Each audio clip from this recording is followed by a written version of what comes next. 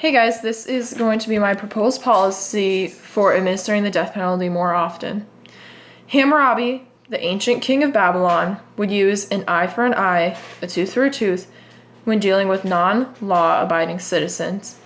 Last time I gave the indictments, threatening to take someone's life as a result of murder reduces the crime rate. Capital punishment should be administered in murder cases.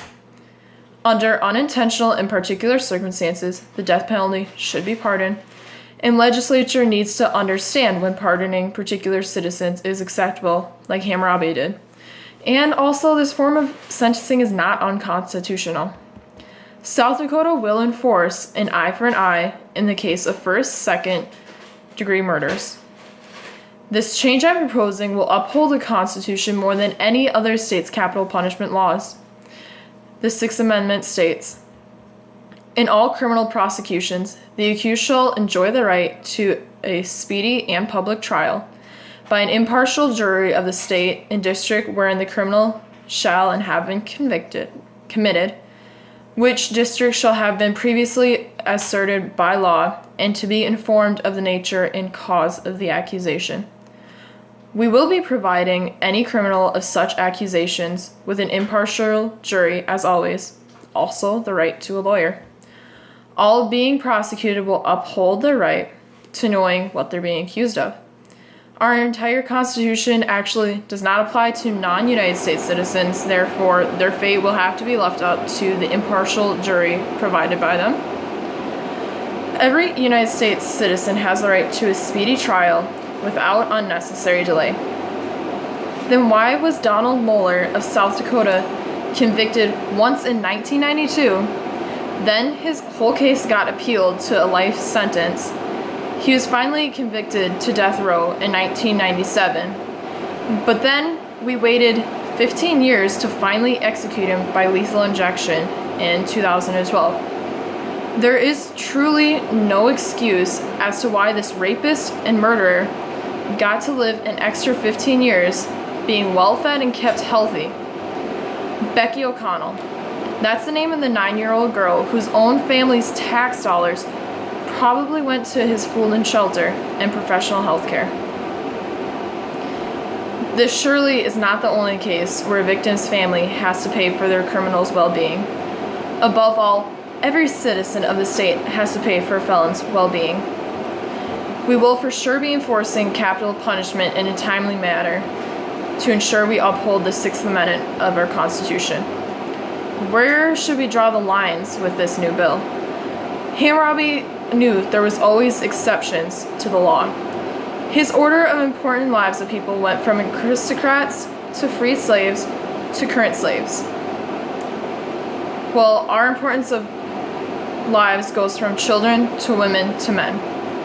Hammurabi would always give a lighter sentence to the aristocrats, which you may think is terrible, but we have to take into account a criminal's age when sentencing, given we generally value their lives more. We have to respect that a minor will not be distributed the death penalty because of psychological reasons. The brain is not fully developed until 20 years old, according to Merriam-Smith's 2015 article, Development of the Brain. Smith talks about how an undeveloped brain can lead to not understanding the full discipline of a delinquent's actions. Therefore, minors with the first-degree murder convicts will not receive capital punishment as a form of sentencing, rather a yearly sentencing. Providing the death penalty to non-homicidal crimes is against an eye for an eye and unconstitutional, according to the 5th and 14th Amendment. The Fifth Amendment states, "Man shall be compelled in any criminal case to be a witness against himself, nor be deprived of life, liberty, and property without due process of law."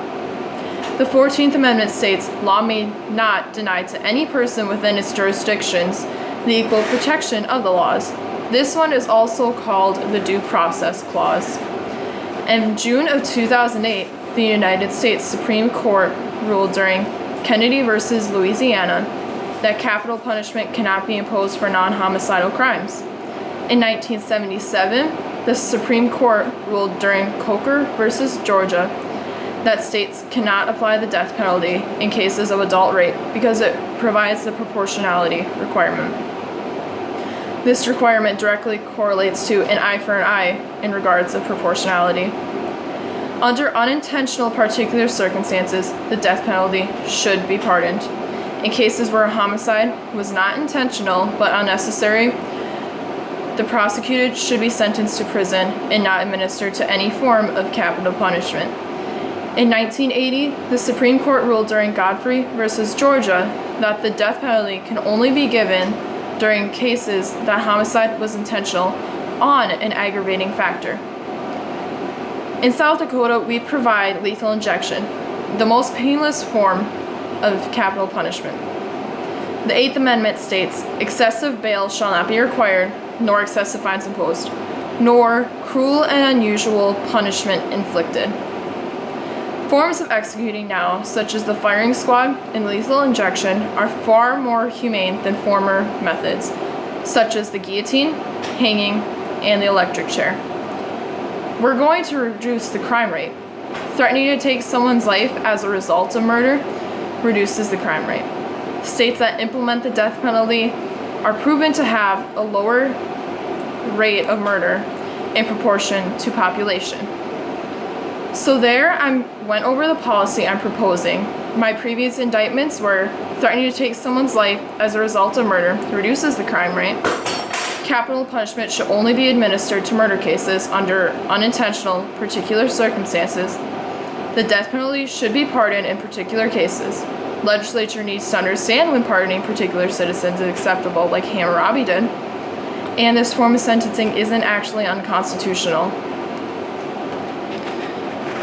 South Dakota will enforce an eye for an eye in the case of first, second degrees of murder, resulting in our enforcement of capital punishment. Thank you guys for watching.